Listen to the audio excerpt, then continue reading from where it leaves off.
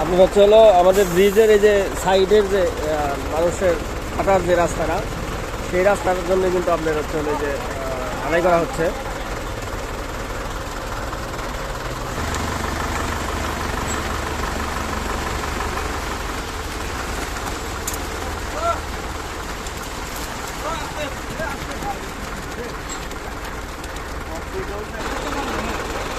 এটা হচ্ছে হলো এই যে কাজ করতেছেন ওনারা, এইটা হচ্ছে হলো আপনার এটা মানুষের চলাচলের জন্য, মানুষের হাঁটার জন্য এই রাস্তাটা।